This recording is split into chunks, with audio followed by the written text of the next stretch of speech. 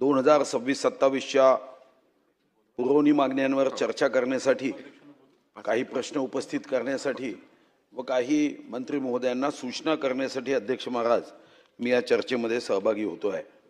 अध्यक्ष महाराज, कृषी विभागाच्या बाब क्रमांक 39 ते 55 आपण 843 कोटी 80 लक्ष 96 हजार च्या पुरवणी मागण्या या साधारणतः 1 कोटी 71 लाख शेतकऱ्यांसाठी तुम्ही आज मंजूर करत आहात, यावरच तर माझा खरा आक्षेप आहे। अध्यक्ष महाराज, सार्वजनिक आरोग्य विभागाच्या बाब क्रमांक 222 ते बाब क्रमांक 246 व या ठिकाणी दुग्ध व्यवसाय विकास बाब क्रमांक 64 ते 65 11 कोटी 59 लक्ष 54 हजार यावर अध्यक्ष महाराज मी चर्चा करण्यासाठी उभा आहे। अध्यक्ष महाराज, खरं तर आपल्याकडे राजव्यवस्थेच्या ज्या 5 प्रकार असतात, ज्यामध्ये आपण लोकशाही, राजेशाही, हुकुमशाही, साम्यवाद आणि समाजवाद अशा 5 अवस्थेतून राज्य चालवण्याच्या पद्धती विकसित करतो।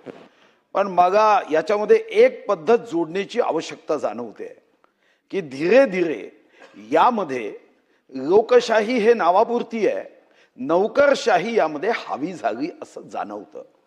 अध्यक्ष महाराज, कृषी विभाग, खरं तर अपेक्षा अशी होती कृषी विभागाच्या संदर्भात की माननीय मंत्री महोदय अतिशय पोटतिडकीने त्या दिवशी भाषणामध्ये शेतकऱ्यांच्या समस्या वेदना मांडत होते।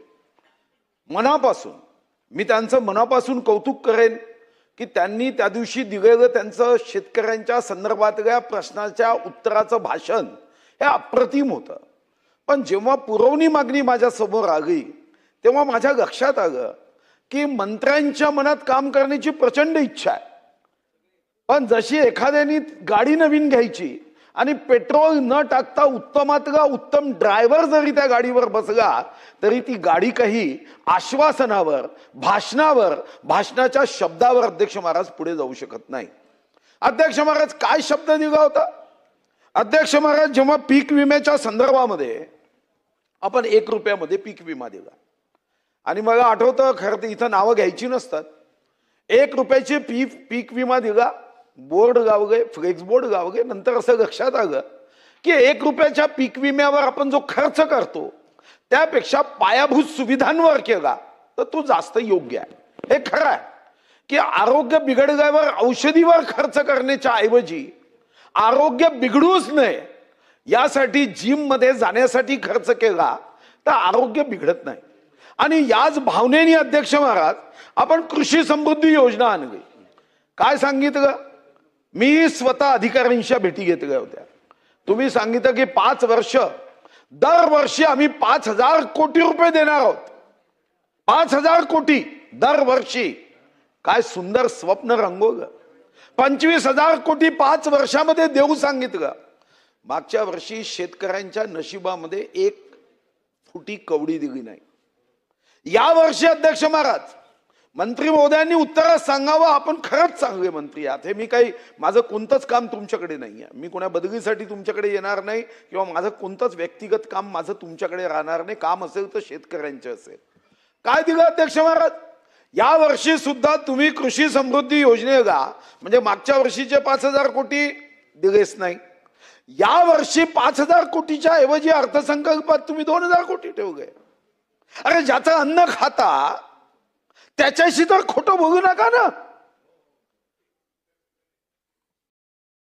या सर,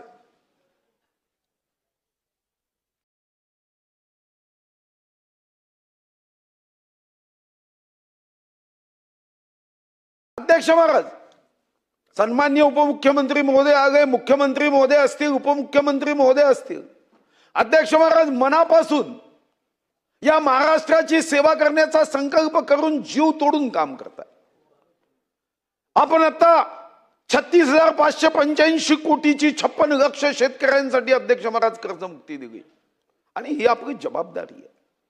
आपण शपथ घेतो की माझा महाराष्ट्र, छत्रपती शिवाजी महाराजांचा महाराष्ट्र, ज्या छत्रपती शिवाजी महाराजांनी प्रतिकूल परिस्थितीत सोन्याचा नांगर हा शेतकऱ्यांच्या हितासाठी, आत्मविश्वासासाठी, महाराष्ट्राच्या अभिमानासाठी, कृषी क्षेत्रासाठी चालवला, त्या ठिकाणी अध्यक्ष महाराज आपल्या सर्वांची इच्छा असणं स्वाभाविक आहे. म्हणून माझा पहिला प्रश्न आहे मंत्री महोदय, तुम्ही कोण असे अधिकारी असतात उत्तरात येऊ द्या बरं. बाकी गोष्टींसाठी पैसा आहे ना, मी आकडे वाचत नाही, बाकी गोष्टींसाठी तुमच्याकडे प्रचंड पैसा आहे, पण तुम्हाला शेतकऱ्यांच्या कृषी समृद्धी योजनेसाठी जर तुम्ही पैसे देऊ शकत नसाल तर 1,71,00,000. आणि मी तुम्हाला दुसरा आकडा सांगतो, आज जे बेरोजगारी किंवा रोजगाराच्या संदर्भात व्हॉट्सअप युनिव्हर्सिटीमध्ये येते अध्यक्ष महाराज, 2011ची तुम्ही जनगणना पहा, त्या जनगणनेमध्ये एकूण 4,55,00,000, 11,23,00,000 लोकसंख्येपैकी 4,55,00,000 हे रोजगारात आहे. आणि या रोजगारामध्ये शेतीवर 2,60,00,000 आहे. आता 2,60,00,000 जर शेतीवर असेल आणि तुम्ही पुरवणीमध्ये अध्यक्ष महाराज फक्त आणि फक्त अध्यक्ष महाराज या संदर्भात 843 कोटी रुपये, 1,71,00,000 शेतकऱ्यांसाठी ही पुरवणी मागणी. आणि म्हणून माझी आग्रहाची की तुम्ही शेतीच्या संदर्भामध्ये तुमचा अभ्यास आहे, कारण तुम्ही शेतात घर बांधून राहता. मी शेतात घर बांधून राहत नाही, आमच्या इकडे शेती, पण मी शेतात घर बांधून राहत नाही. मग या गोष्टीचा आनंद आहे की तुम्ही स्वतः त्यामध्ये जीव ओतून काम करता आहात. तर तुमच्याकडून अध्यक्ष महाराज मला जास्त अपेक्षा आहे. महाराष्ट्रातलं सर्वात उत्तम कृषी तालुका कृषी कार्यालय कुठं असेल तर माझ्या पोंभुर्ण्यामध्ये आहे. जेव्हा तुम्ही महाराष्ट्रामध्ये पुरस्कार देत होते तेव्हा महाराष्ट्राचे 7 पुरस्कार माझ्या मतदारसंघातल्या पोंभुर्ण्यातून मी प्राप्त केले. कार्यालय तर उत्तम बांधलं मी, अप्रतिम. पण अध्यक्ष महाराज तुम्ही तालुका कृषी अधिकाऱ्यांना गाड्याही देत नाही. मग तुम्ही काही नवीन बैल वगैरे द्या, बैलावर बसून फिरता येईल का? परवा एक बैलावर कर्जमुक्तीसाठी गेला होता, गाड्या देतात का सावरकर साहेब? बाकीच्यांच्या गाड्या बघा, त्याचा अभ्यास करा, त्या गाड्यांची संख्या वाढते. पण कृषी अधिकाऱ्यांना गाड्या देताना आपण एवढं कंजूस मक्खीचूस का होतो? हे खरं आहे की हे सरकार या दशकातलं नव्हे, स्वातंत्र्यानंतर महाराष्ट्राचं देवेंद्रजीच्या नेतृत्वात, एकनाथ शिंदेजींच्या नेतृत्वात, सुनेत्राताई पवारांच्या नेतृत्वात शेती संदर्भात उत्तमातलं उत्तम काम करणारं सरकार आहे. आणि म्हणून अपेक्षा आहे की 10वी मध्ये मेरिट आलेल्या विद्यार्थ्यांनी 12वी मध्ये सुद्धा मेरिट यावं, ही अपेक्षा असणं गैर नाही. तुमच्याकडून आमची ही अपेक्षा आहे की तुम्ही कर्जमुक्ती दिली, त्याच पद्धतीने आज शेतीचा व्यवसाय अध्यक्ष महाराज हा या सर्व दुष्टचक्रातून बाहेर पडावा एवढीच इच्छा आहे. आणि त्यासाठी मंत्री महोदय तुम्ही घोषणा करा की या गाड्या तालुका कृषी अधिकाऱ्याला दिल्या पाहिजे, नाही तर तुमच्या अनेक योजना आहे, या अनेक योजना कशा पूर्ण होतील? कारण शेवटी गाडी तर लागेल ना त्यांना. म्हणजे शेतकऱ्यांसाठी गाडी नाही, कमवणाऱ्यांसाठी गाड्या नाही, आणि रिकामे उद्योग करणाऱ्यांना मात्र सुंदर गाड्या आहे. अध्यक्ष महाराज या दृष्टीने कृषी मंत्र्यांनी याबद्दल काळजी घेण्याची आवश्यकता आहे. दुसरा मुद्दा जो शेतकऱ्यांमध्ये आम्ही जातो तेव्हा लक्षात येतं की अध्यक्ष महाराज शेतकऱ्यांच्या संदर्भामध्ये खतामध्ये फसवणूक झाली, बी बियाण्यामध्ये फसवणूक झाली, बाग विक्रीचे पैसे दिले नाही. आणि अध्यक्ष महाराज तुम्हाला माहिती आहे की शेतकरी स्वाभिमानी आहे. मी अजूनपर्यंत एखादा दुखादा अपवाद सोडला ते एखाद्या उद्योगपतींनी कर्ज आहे हजारो कोटीचं म्हणून आत्महत्या केल्याची उदाहरणं फार एखादं दुखाद आहे. पण आमच्याकडे तर 50,000चं कर्ज, 1 लाखाचं कर्ज आहे आणि ते कर्ज फेडू शकत नाही म्हणून आत्महत्या करणाऱ्या केसेस या क्षणापर्यंत माझ्या अंदाजाने 20,000 शेतकऱ्यांपेक्षा जास्त आहे. का? कारण तो स्वाभिमानी आहे, तो अभिमानी आहे, तो मातेची सेवा करतो. भूमातेची सेवा करताना त्याच्या मनात नेहमी माझ्यावर कोणाचं कर्ज नको हा भाव आहे. पण अध्यक्ष महाराज तुम्ही खतामध्ये फसवणूक झाली, तो बिचारा जाऊन आपल्या अधिकाऱ्यांपर्यंत पोहोचतो, पण अध्यक्ष महाराज त्याला न्याय देणारी यंत्रणा तुमच्याकडे कुठे आहे? बी बियाणामध्ये फसवणूक झाली अध्यक्ष महाराज, तर इथं काही बी बियाणामध्ये एकदा तुमचा अध्यक्ष महाराज आपल्याला त्या संदर्भामध्ये लागवडीचं एकदा नक्षत्र गेलं की कधीही लागवड करता येत नाही.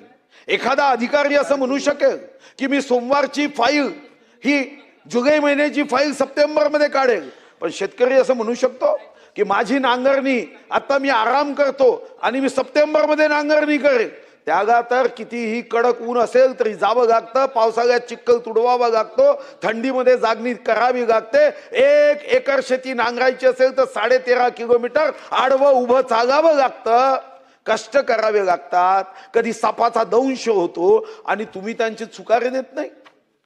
आणि म्हणून माझी दुसरी मागणी आहे, मंत्री महोदय, तुम्ही खरंच एक चांगले मंत्री आहात, एवढे चांगले आहात की कधी कधी वाटतं की तुम्हाला आमच्या पक्षात घेऊन घेतलं पाहिजे, एवढे चांगले मंत्री आहात. ठीक आहे, ते वेळ आली तेव्हा करू.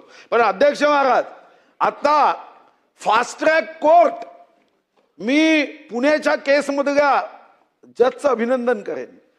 पुण्यामध्ये एका चिमुकलीवर बलात्कार झाल्यावर मी तर असं म्हणेन की त्यांना देवानी खूप उदंड आयुष्य द्यावं. 3 महिन्याच्या आत निकाल जावं का? 3ही नाही, 2 महिन्याच्या आत, 2 महिने रामशास्त्री प्रभूंची आठवण यावी. फाशी दिली का? 2 महिन्यात. अध्यक्ष महाराज, मग तुम्ही शेतीच्या संदर्भात एक फास्ट ट्रॅक कोर्ट, ज्या जिल्ह्यामध्ये सर्वात जास्त, अध्यक्ष महाराज, जिथं अशा पद्धतीचे गुन्हे नोंद होतात, पहिले 3च घ्या ना. मी असं म्हणत नाही एकाच वेळी 36 घ्या, करा. हे तुम्ही इकॉनॉमिकल ऑफेन्स विंगच्या बद्दल माझी मागणी आहे. इकॉनॉमिकल ऑफेन्स विंग याच्यात 50% काय व्यवहार आहे? याच्यामध्ये फक्त आपल्याला दादागिरी करून पैसे वसूल करण्यासाठी इकॉनॉमिकल ऑफेन्स विंग आहे. राहू द्या, त्यांना काय करायचं, सबसे बडा रुपया करू द्या. पण आमची मागणी आहे, ऍग्रिकल्चर ऑफेन्स विंग तुम्ही तयार करा. जर चुकारा दिला नाही तर तो AOW कडे जाईल आणि AOW मध्ये त्याचा घामाचा, त्याच्या परिश्रमाचा, त्याच्या कष्टाचा, त्याच्या मेहनतीचा पैसा हा महिन्याभरात येईल. अध्यक्ष महाराज, आम्ही फोनवर फोन करतो तेव्हा वर्ष, 1.5 वर्ष, 2 वर्षांनी त्याचा चुकारायचा प्रश्न येतो. आणि म्हणून AOW तुम्ही देऊ शकता का? अनुदान.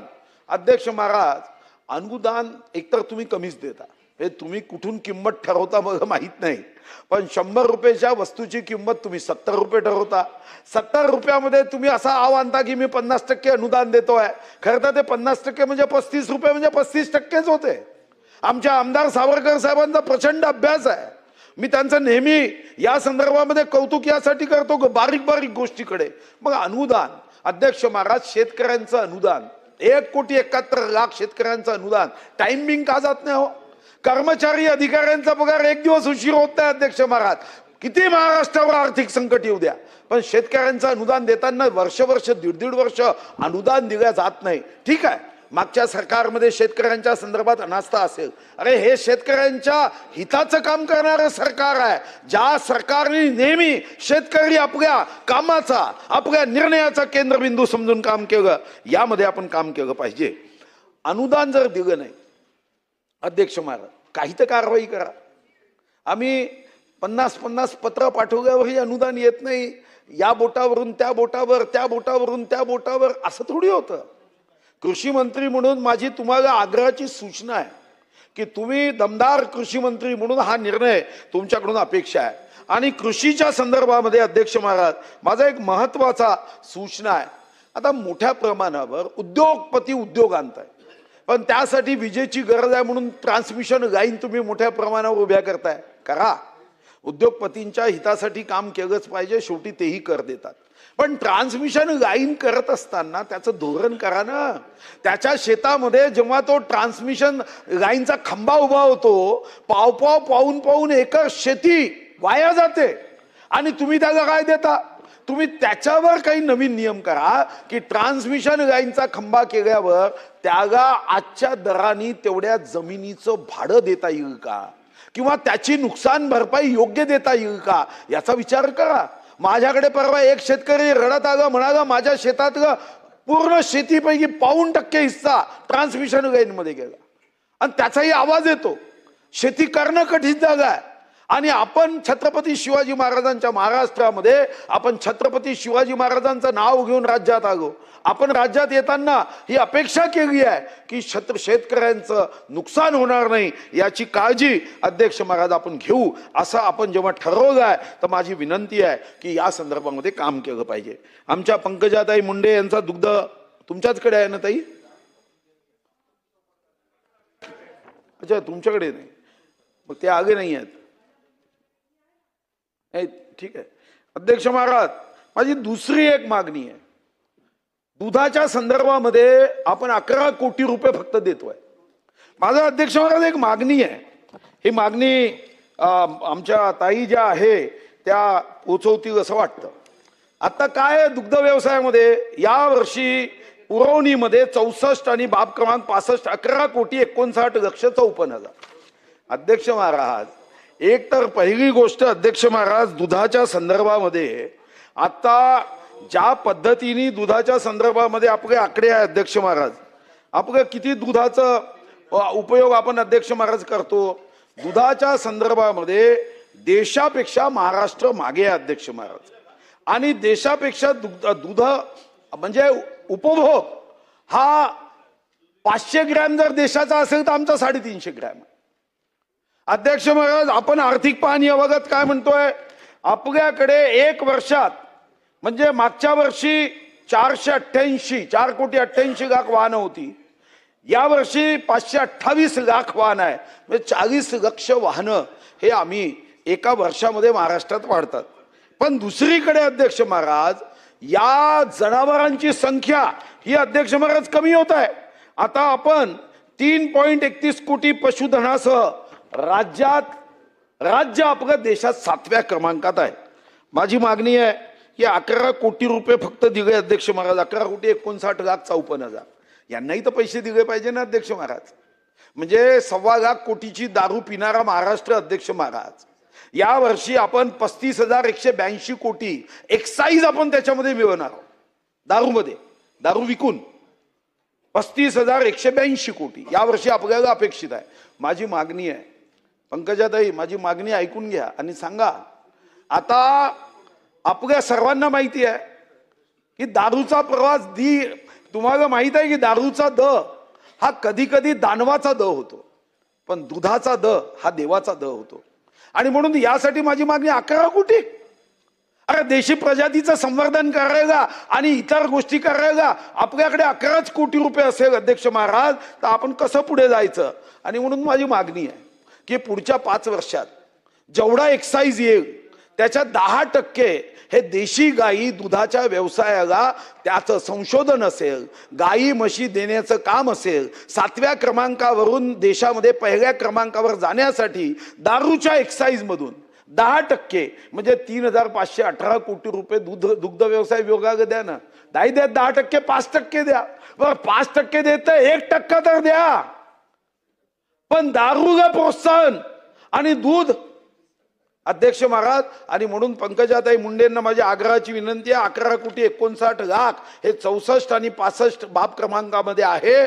तुम्ही सुद्धा आग्रही मागणी या संदर्भात करण्याची अध्यक्ष महाराज आवश्यकता आहे. आणि पंकजाताई, तुमचं खातं नाही तुम्ही सांगितलं, पण तुम्ही ज्येष्ठ नेते आहात, दमदार नेते आहात. आपल्याकडे अध्यक्ष महाराज देशी गायीचे रिसर्च करणारे केंद्र विदर्भात तर एकही नाही अध्यक्ष महाराज. मराठवाड्यातही नाही आहे. देशी गाय संशोधन आणि प्रशिक्षण केंद्र हे पुणे कृषी विद्यापीठात आहे. BAIF central research station Uruli Kanchan मध्ये आहे. IVRI हे पुण्यात आहे, इंडियन वेटरनरी रिसर्च इन्स्टिट्यूट. अध्यक्ष महाराज, आता भारतात जर दरडोई उत्पन्न दुधाची जी उपलब्धता आहे 485 ग्रॅम आहे, आमची 358 आहे. अरे विदर्भात एखाद्याचं दुधाचं सेंटर करा ना, त्याचं रिसर्च सेंटर करा. गडचिरोली जिल्ह्याच्या वडसेमध्ये 2,500 एकर जागा आहे अध्यक्ष महाराज. तिथं तुम्ही आयर्न ओरचे उद्योग उघडा, नक्की उघडा. आम्ही देशाला मजबूत करू स्टील. पण अध्यक्ष महाराज माणूसही मजबूत राहायला पाहिजे ना अध्यक्ष महाराज. मग त्याच्यासाठी तिचा उपभोग वाढवला पाहिजे, रिसर्च वाढवलं पाहिजे. या दृष्टीने नामदार पंकजाताई मुंडेंना आमची आग्रहाची सूचना आहे. त्याही मराठवाड्याच्या आहे, अतुल सावेजी मराठवाड्याच्या आहे. मागेही मी सांगितलं होतं की या विषयामध्ये गंभीरता वाढवा. ही गंभीरता जर आपण वाढवली नाही तर अध्यक्ष महाराज जागोजागी मोठ्या पद्धतीवर आपल्याला रस्ते उपलब्ध असेल, पण त्या रस्त्यावर चालणारा जर माणूस मजबूत नसेल, सशक्त नसेल, तर अध्यक्ष महाराज आम्ही पुढे जाऊ शकणार नाही. आणि यासाठी माझी दुसरी आग्रही मागणी आहे की 11,59,00,000 हे कमी होतात, एक सूत्र करून टाका की दारूतून जेवढा एक्साईजचा पैसा आपल्याला उपलब्ध होईल त्याच्या 1%, 2%, 3% हे दुधासाठी खर्च झाले पाहिजे. या दृष्टीने जर नियम आपल्याला करता आला तर निश्चितपणे त्याचा उपयोग होईल. आरोग्य विभागाचे मंत्रींना 2 सूचना शेवटच्या अध्यक्ष महाराज की अध्यक्ष महाराज मी आरोग्य मंत्र्यांचंही अभिनंदन करेन, अतिशय उत्तमपणे ते काम पाहत आहे अध्यक्ष महाराज. पण एक टेक्निकल मुद्दा त्यांच्या लक्षात आणून देतोय अध्यक्ष महाराज की आज शासनाने वेगाने मेडिकल कॉलेजेस करायला सुरुवात केली. आपल्या राज्यामध्ये 41 आता मेडिकल कॉलेज हे अध्यक्ष महाराज राज्य सरकारचे आहे, खाजगी 42 आहे, म्हणजे अभिमत आणि खाजगी. AFMC पुणे 1 आणि नागपूर एम्स 1, 12,800 MBBS आपण करतोय. पण अध्यक्ष महाराज पदभरती न केल्याने एक नवीन प्रश्न निर्माण झाला.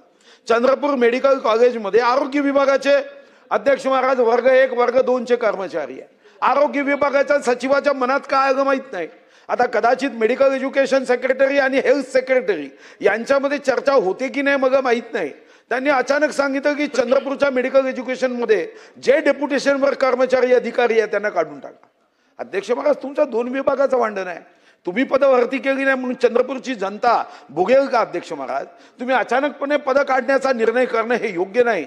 एकदा अध्यक्ष महाराज मेडिकल एज्युकेशन सेक्रेटरी आणि आरोग्य विभाग याच्या सचिवांनी एकत्र बसलं पाहिजे. पदभरतीचा निर्णय 2021 मध्ये आपला झाला होता अध्यक्ष महाराज. खरं तर तेव्हा 16,000 पद गट अ ब आणि 12,000 पदे गट क ड 100% भरण्याचा आपण निर्णय केला. पद भरली नाही तुम्ही आणि अचानकपणे एका सचिवाच्या मनात येते की मेडिकल कॉलेजची आमची पदं आम्ही वापस घेऊ. मग मेडिकल कॉलेजमध्ये काय करायचं अध्यक्ष महाराज? केंद्र सरकारच्या ASI ला द्यायचं का की तुम्ही हे पुरातत्व विभागाचं कॉलेज करा? आणि म्हणून माझी मंत्री महोदयांना या पुरवणी मागण्यांच्या माध्यमातून माझी सूचना आहे की मेडिकल कॉलेजमध्ये असणारे आरोग्य विभागाचे कर्मचारी हे अध्यक्ष महाराज काढले जाऊ नये. इथं आमच्या महिला व बाल कल्याण विभागाच्या राज्यमंत्री आहे, तुमच्याकडेच आहे ना. एक आमच्याकडे आता मोठ्या प्रमाणावर महिलांच्या वसतिगृहाची आवश्यकता आहे. तुमची कोणती योजना असेल? आमचा जिल्हा राणी हिराईनी वसवलेला जिल्हा आहे. शक्तिदायिनी तेजोदायिनी माता महांकाळी आमची आराध्य देवता आहे. आमची आग्रहाची तुम्हाला सूचना आहे की मग यामध्ये सखी निवास असेल, जिजाऊ वसतिगृह असेल, शक्ती सदन असेल, उत्तर कितीही घाईत द्यायचं असेल तरी महिलांनी महिलेच्यासाठी सेवा करण्यामध्ये मागे राहू नये. तुम्ही ती घोषणा कितीही घाईत उत्तर द्यायचं असेल तरी महिलांचं वसतिगृह किंवा महिलांसाठी व्यवस्था चंद्रपूरमध्ये करण्याचं आश्वासन देऊन आपल्या बहिणीची रक्षा करण्यासाठी एक बहीण पुढे आली हे दाखवण्याची संधी, सोन्याची संधी मी तुम्हाला देतोय. गमवू नका. ही संधी घेऊन चंद्रपूरमध्ये हॉस्टेल द्या. खूप खूप धन्यवाद. सरकारचं अभिनंदन की सरकार उत्तम काम करताय. पुढचे 25 वर्ष या सरकारने उत्तम काम करून 2047 मध्ये या भारताला विश्वगौरव बनवण्यामध्ये छत्रपती शिवाजी महाराजांचा महाराष्ट्र सर्वात पुढे राहील यासाठी सरकारचं अभिनंदन. पुढेही जी सूचना आहे त्यावर काम करून पुन्हा अभिनंदन करण्याची संधी द्यावी. धन्यवाद. सिद्धार्थ खरात.